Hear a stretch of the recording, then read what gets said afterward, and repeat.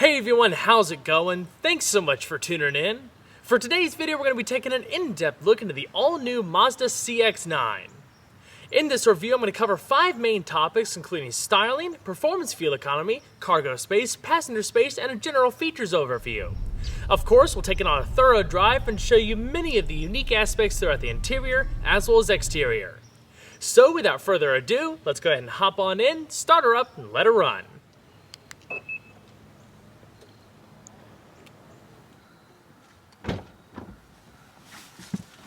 Along with coming standard with a remote access smart key system, this CX-9 signature also features push button ignition.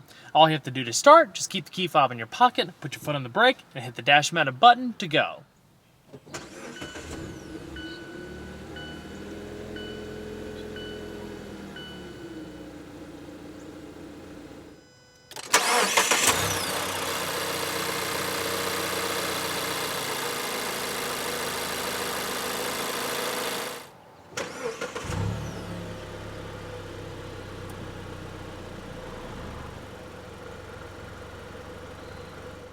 All new for the 2016 model year, the second generation CX-9 has been redesigned from the ground up.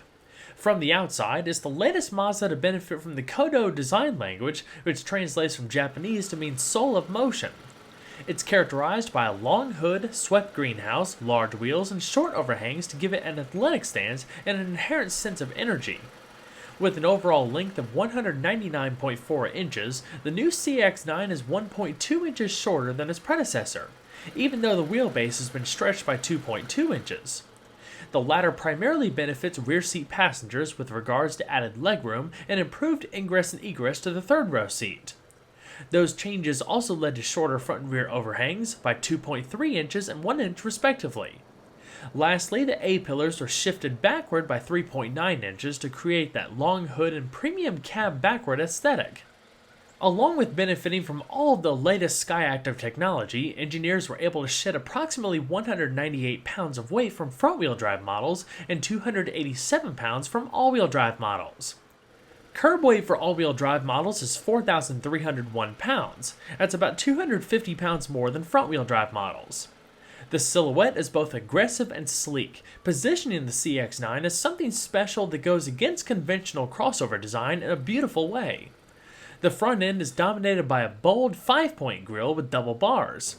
On the signature, a strip of LED lighting traces the grille edges for a dramatic nighttime effect. Blending into the upper corners of the grille are a pair of LED headlamps. They're standard on all trim levels, as are LED tail lamps. LED fog lamps are available in the Touring, but they come standard on the Grand Touring and Signature. All in all, the CX-9 is available in 4 different trim levels, including the $31,520 Sport, the $35,970 Touring, the $40,170 Grand Touring, and R-Tester, the $44,015 Signature. On the Sport and Touring models, 18 by 8 inch alloy wheels come standard, while larger 20 by 8.5 inch wheels are added with the Grand Touring and Signature. The larger wheels are wrapped in 255/50 all-season tires. The brakes consist of 12.6 inch internally ventilated discs up front and 12.8 inch solid rear discs with 2-piston and single-piston calipers respectively. With this setup, the CX-9 is able to stop from 60 miles an hour in about 120 feet. Aside from some predictable nosedive on harder stops, braking performance is strong and consistent. The CX-9 Signature is only available with Mazda's iActiv all-wheel drive system, while the Sport, Touring, and Grand Touring can be had on either front-wheel drive or all-wheel drive. iActiv takes into account 27 different factors to adjust torque distribution in response to road conditions. Not only does it look at on-road speed and wheel slip, but ambient temperature, steering angle, brake fluid pressure, and even windshield wiper movement. On dry pavement, it can also help limit understeer in corners by sending as much as 50% of the available torque to the rear wheels. The CX-9's independent suspension consists of McPherson struts in front and a multi-link setup in the rear with front and rear stabilizer bars. Ride quality is excellent. It has a sporting nature to it, allowing you to feel some more of the road without harsh feedback from broken pavement. Direction is provided by rack and pinion steering with electric power assistance. While somewhat devoid of road feel, it's smooth, quick to respond, and quite agile for the segment. The overall steering ratio is 17.6 to 1, and it takes 3.1 turns to lock. The CX-9's new Skyactiv G all-aluminum 2.5-liter four-cylinder features the world's first dynamic pressure turbocharger, which varies the degree of exhaust pulsation dependent on engine speed. By routing the exhaust to the turbine through smaller ports at lower RPMs, Mazda claims a 20 to 25% greater response time over a twin-scroll turbocharger below 1,500 RPM. Once the engine is in the heart of its rev range, the secondary valves open to allow for more exhaust gas to pass through the turbo. This leads to quicker response times and more linear accelerations comparable to a larger naturally aspirated engine. The CX-9 delivers up to 250 horsepower at 5,000 RPM and 310 pound-feet of torque at 2,000 RPM, leading to a 0 to 60 time of around 7.4 seconds and a top speed of 130 miles per hour. The best performance is achieved by using 93 octane fuel, but 87 octane is acceptable. When using 87 octane, peak horsepower drops to 227. Other forms of Skyactiv technology found here is a compact 4 to 3 to 1 exhaust manifold to maximize the efficiency of the turbocharger.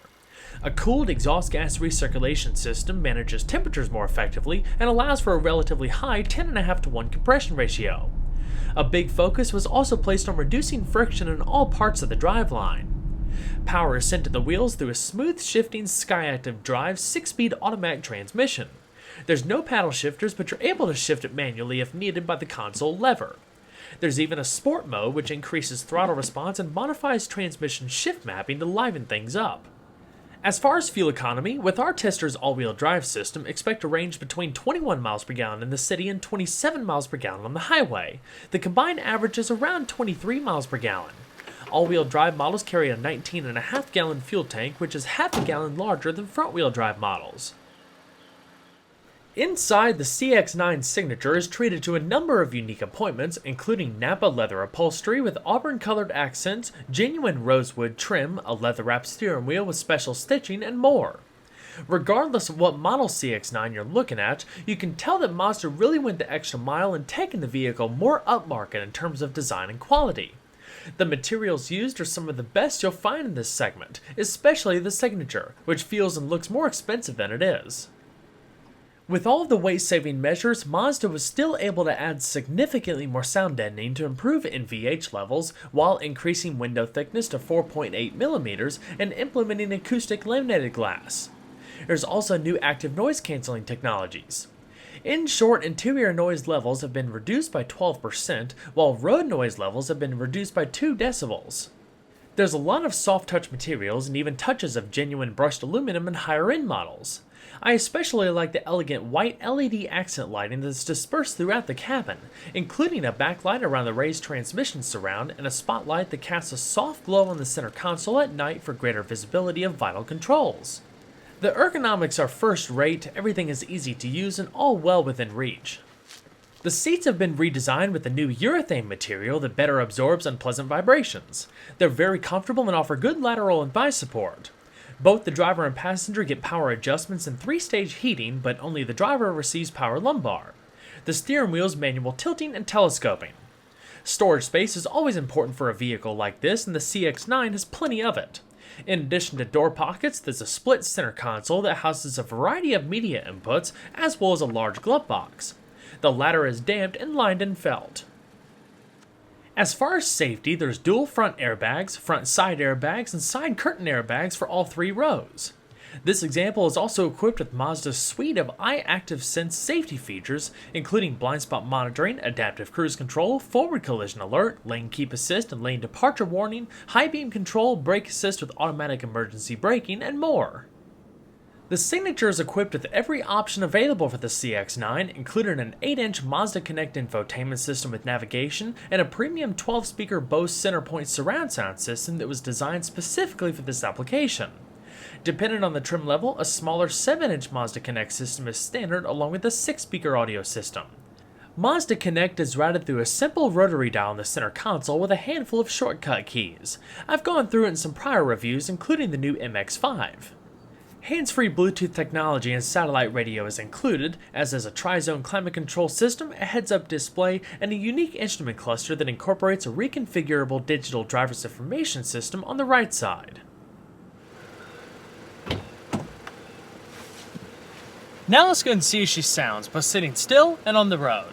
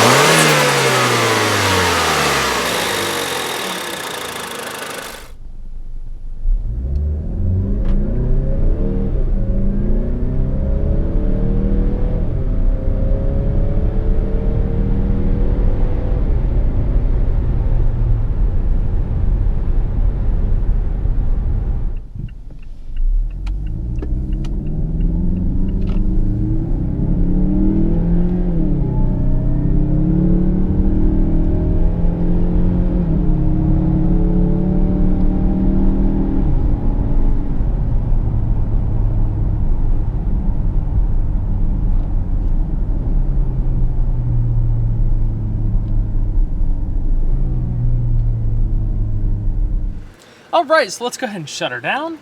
We'll hop in the back seat and check out overall space and amenities.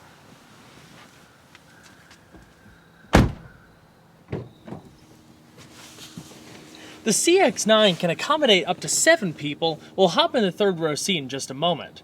I'm 5'10" with an ideal seating position for myself in front. As you can see, there's still a ton of leg space and headroom still available, so if you're around 6 feet or even over, you're still going to be more than comfortable back here.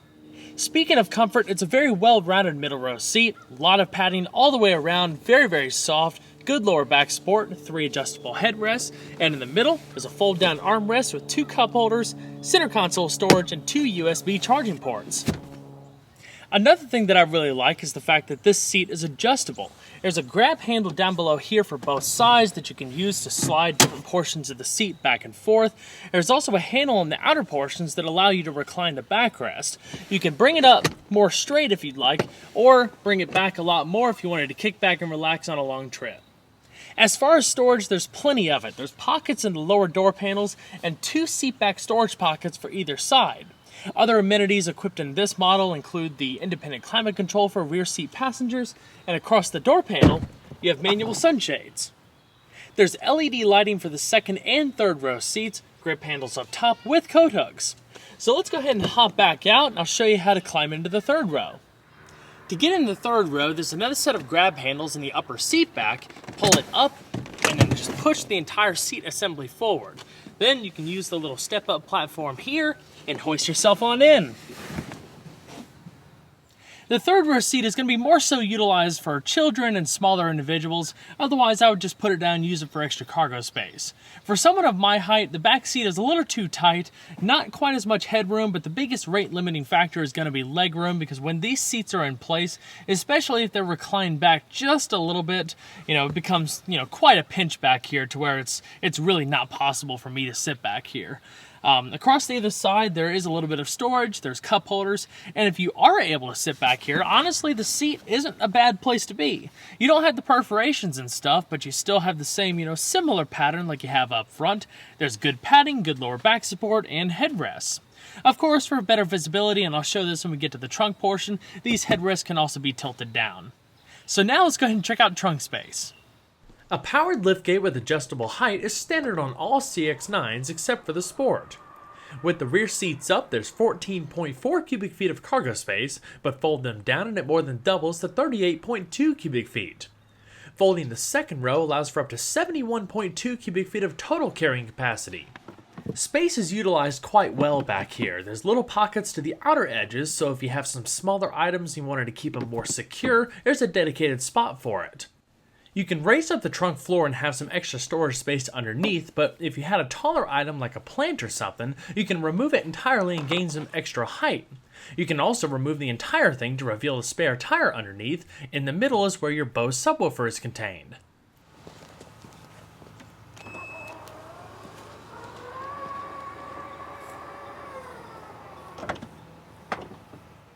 Well everyone, I hope you enjoyed the in-depth look at the Mazda CX-9. Be sure to stay tuned next time, subscribe today, there's always a lot more where that came from. Take care everyone.